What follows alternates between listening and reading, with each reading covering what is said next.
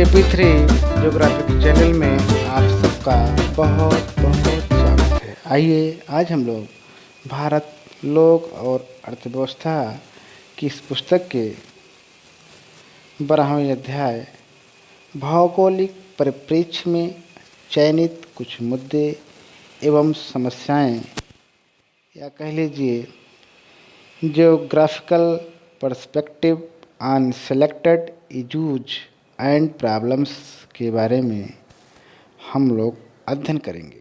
और मुख्य रूप से हम लोगों ने प्रदूषण के प्रकार और जल प्रदूषण के बारे में हम लोगों ने अध्ययन किया। आज हम लोग यहाँ पर वायु प्रदूषण के बारे में अध्ययन करेंगे। आइए देखते हैं वायु प्रदूषण। वर्तमान समय में जल के साथ वायु भी प्रदूषित हो गई है, जिसे वायु प्रदूषण कहा जाता है।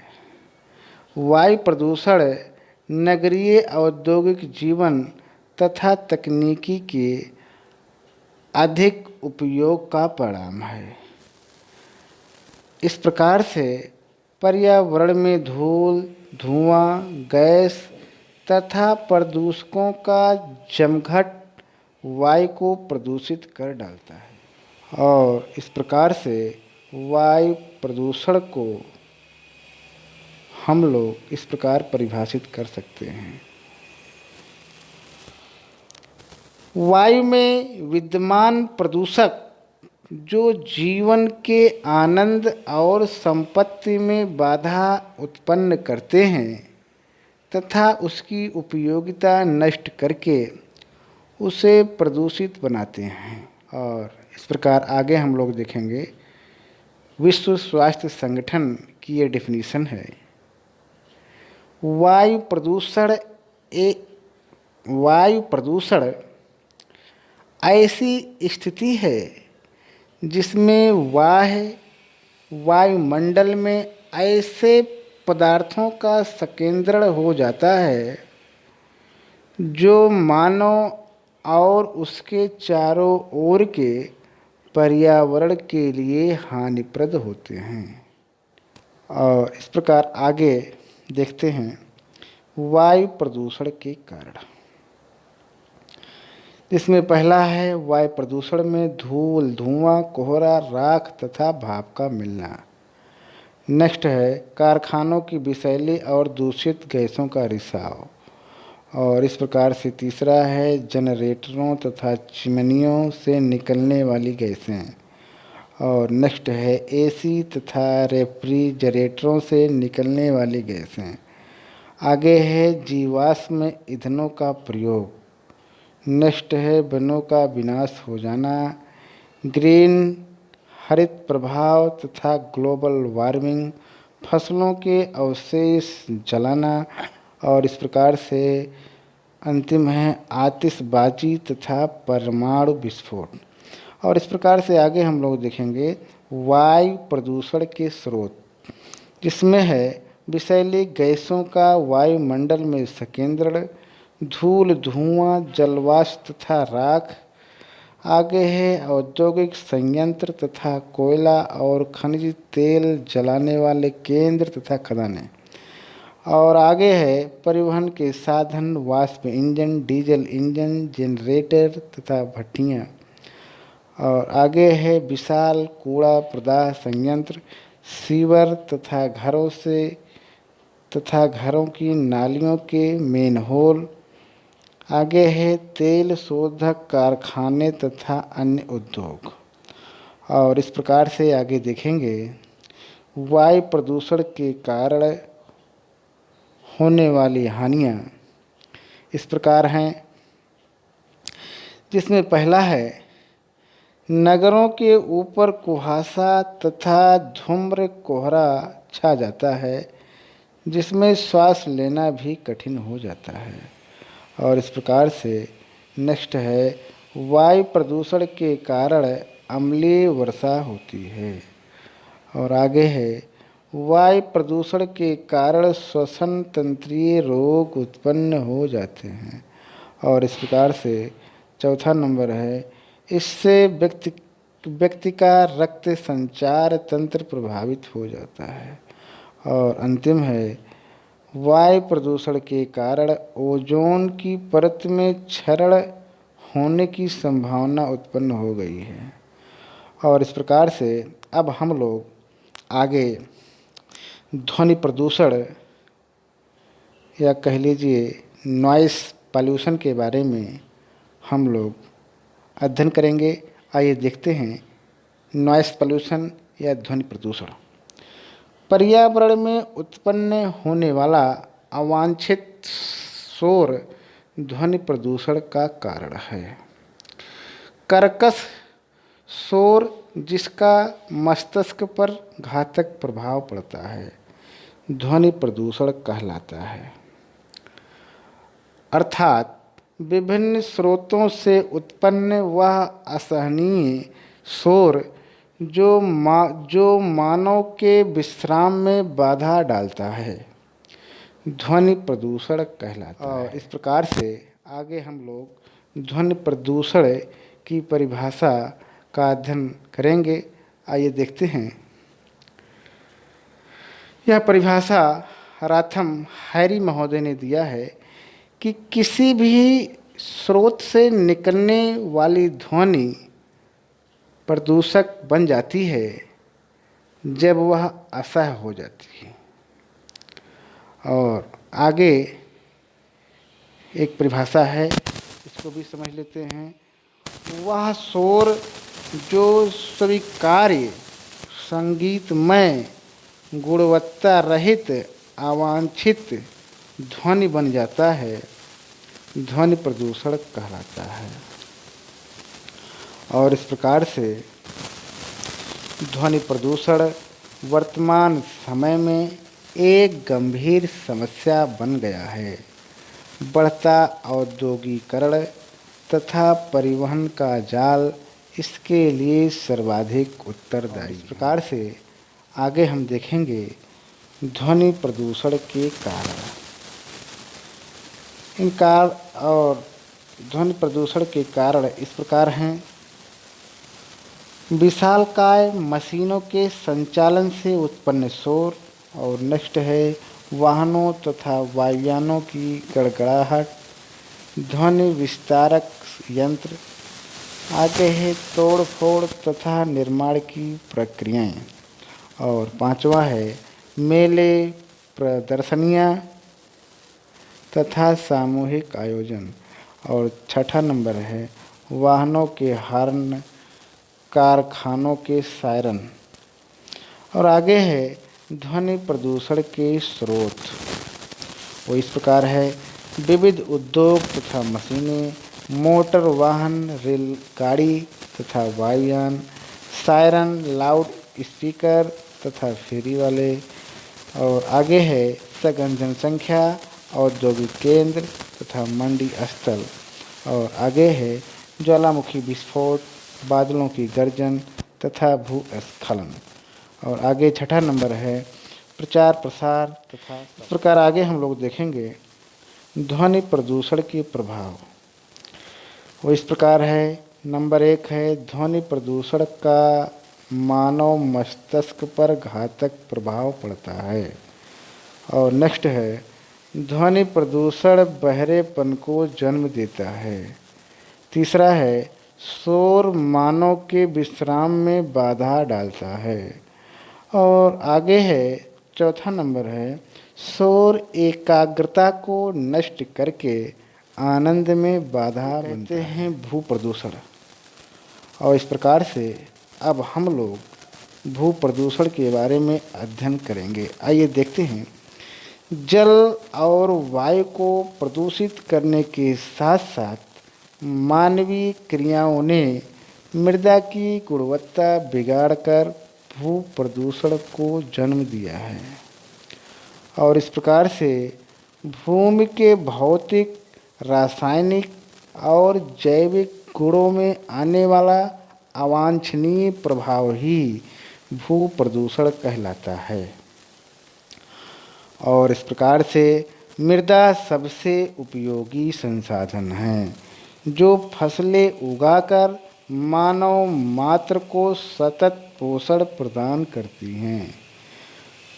प्रदूषित भूमि फसलों को भी प्रदूषण के दुष्प्रभावों से और आगे हम लोग देखेंगे भूमि प्रदूषण के कारण जो इस प्रकार है। पहला है रासायनिक एवं उर्वरकों का अत्यधिक उपयोग और दूसरा है भूमि में सीसा, निकेल, पारा तथा क्रोमियम का एकत्रीकरण और आगे है मृदा क्षरण तथा भूस्खलन और नेक्स्ट है अम्लीय वर्षा, खेतों को बार बार सींचना और लास्ट है भूमि में दूषित जलमल तथा कूड़े करकट का एकत्रीकरण। आगे देखेंगे भू प्रदूषण के प्रभाव जिसमें पहला है मृदा की गुणवत्ता नष्ट होना, दूसरा है वनस्पति तथा खाद्यान्नों का प्रदूषित हो जाना और तीसरा है भूमि की उर्वरता घटना तथा क्षारीयपन बढ़ जाना, चौथा है दूध तथा पशुओं का मांस हानिकारक हो जाना, आगे है अनेक घातक रोगों की उत्पत्ति होना, छठा है भूमि के संपर्क में आने वाली वायु तथा जल का विषाक्त हो जाना। और इस प्रकार से अब हम लोग आगे देखेंगे नगरीय अपशिष्ट निपटान। नगरीय अपशिष्ट निपटान को इस प्रकार हम समझते हैं कि नगरों और महानगरों में नाश्ते तथा भोजन के बाद पैकिंग, गत्ते, डिब्बे, प्लास्टिक पैक प्रतिदिन ट्रकों में भरकर भूमि पर ढेर के रूप में एकत्रित हो जाते हैं और इस प्रकार से प्रदूषण का स्रोत बनने वाले इन्हीं पदार्थों को ठोस अपशिष्ट पदार्थ कहते हैं। और इस प्रकार से आगे हम लोग देखेंगे कि विभिन्न स्रोतों द्वारा दिन प्रतिदिन नगरों में ठोस अपशिष्ट पदार्थों के पहाड़ एकत्र होते जा रहे हैं। इनमें टूटा कांच, जंग लगी पीने, प्लास्टिक डिब्बे, पॉलीथीन बैग्स, रद्दी कागज, गत्ते, सीडी आदि कबाड़ बनकर ढेरों के रूप में एकत्रित हो जाते हैं। इनके प्रमुख स्रोत इस प्रकार हैं। पहला है घरेलू प्रतिष्ठान और दूसरा है व्यावसायिक प्रतिष्ठान और इसमें हम देखेंगे कि नगरों में नगर पालिकाएँ तथा नगर निगम कूड़े कचरे का निपटान करते हैं। ठोस अपशिष्ट पदार्थ दुर्गंध, मक्खियों तथा घातक ऊतकों को जन्म देकर मियादी बुखार, गला घोटू, दस्त तथा हैजा को जन्म देते हैं और इनका निपटान लापरवाही से होने के कारण यह जन स्वास्थ्य के लिए हानिकारक। और आगे है औद्योगिक इकाइयों, सब्जियों तथा फल मंडियों, अस्पतालों, होटलों, बैंक्वेट हॉलों के निकट अपशिष्ट पदार्थों के अंबार लग जाते हैं। इनका उचित प्रबंधन एवं निपटान न होने से वायु प्रदूषण, जल प्रदूषण तथा ध्वनि प्रदूषण फैल जाता है। और इस प्रकार आगे हम देखते हैं कि मुंबई, कोलकाता, चेन्नई तथा बेंगलुरु महानगरों में 90% अपशिष्ट ठोस पदार्थों का निपटान कर दिया जाता है। देश के अन्य नगरों में अभी तक 30 से 40% तक ठोस अपशिष्ट पदार्थों के निपटान की व्यवस्था हो पाई है। और इस प्रकार से इस कचरे का उपयोग खाद बनाने तथा ताप विद्युत बनाने, में करके इस गंभीर समस्या का निराकरण किया जा सकता है। और आगे है, हम सभी प्रतिदिन व्यर्थ कचरा फेंककर घर को साफ करते हैं। यह कचरा सड़कों पर एकत्र होकर ट्रकों द्वारा निपटान स्थान तक ढोया जाता है। रद्दी बीनने वाले बच्चे इस कूड़े के ढेर को उनसे लोहा, गत्ता, प्लास्टिक तथा अन्य उपयोगी पदार्थ बीनने के लिए खंगालते हैं। यह कबाड़ियों द्वारा उचित मूल्य देकर खरीद लिया जाता है। इसी धन से उन बच्चों का पालन पोषण होता है। हाँ, हमारा नगरीय अपशिष्ट उपयोगी है क्योंकि इसके गीले कचरे से कंपोस्ट खाद, प्लास्टिक का पुनर्चक्रण करके प्लास्टिक तथा लोहा गलाकर लोहा बनता है।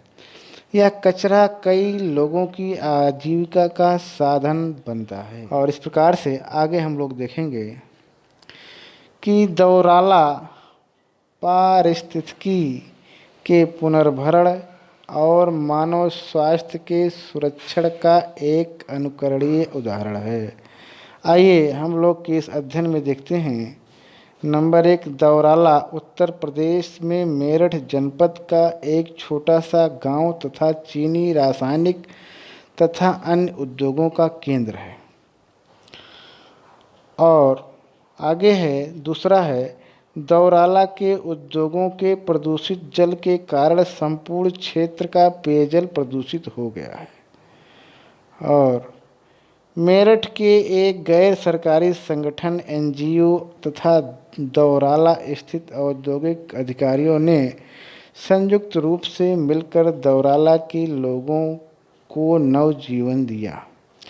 और इस प्रकार से नेक्स्ट है, 12,000 जनसंख्या वाले इस गांव के दूषित भूजल को दौराला के उद्योगों के जल को अनुपचारित करके भूजल का निच्छालन किया।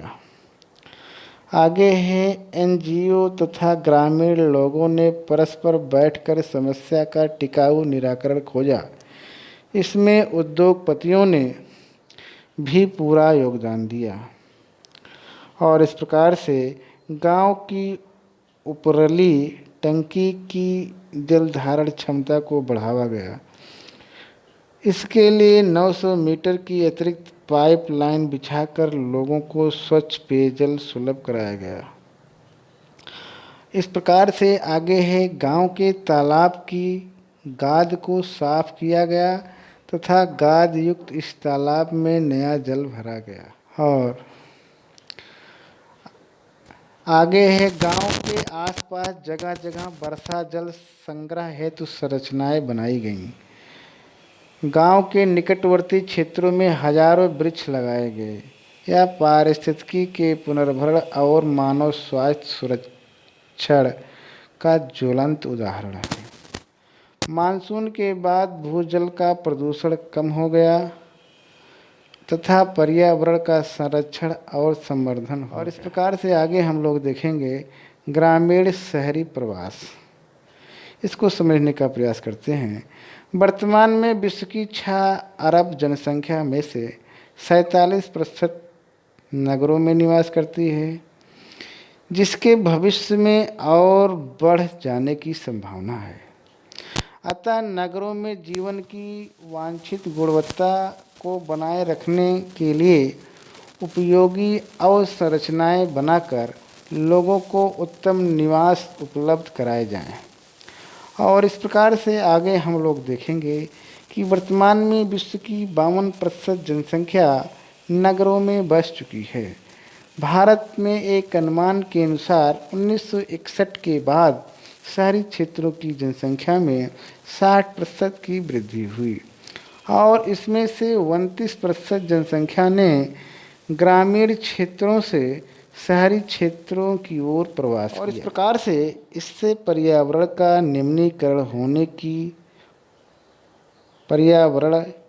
निम्नीकरण होने से स्वच्छता, स्वास्थ्य, अपराध, निर्धनता, बेरोजगारी आदि समस्याओं का संकट छा गया। और इस प्रकार से भारत में नगरीय जनसंख्या में 60% की वृद्धि होना संकट का विषय है। ग्रामीण क्षेत्रों से नगरीय क्षेत्रों की ओर जनसंख्या के विचलन के लिए जो कारण इस प्रकार उत्तरदायी हैं, जिसमें नगरों में रोजगार के साधनों का आकर्षण, गांव में निर्धनता तथा बेरोजगारी होना, नगरों में शिक्षा, स्वास्थ्य तथा मनोरंजन की सुविधाएं सुलभ होना, नगरों में सुरक्षा, विद्युत, परिवहन, संचार तथा अन्य जन सुविधाओं की सुगमता। आगे है नगरों में श्रम की अधिक मांग होना।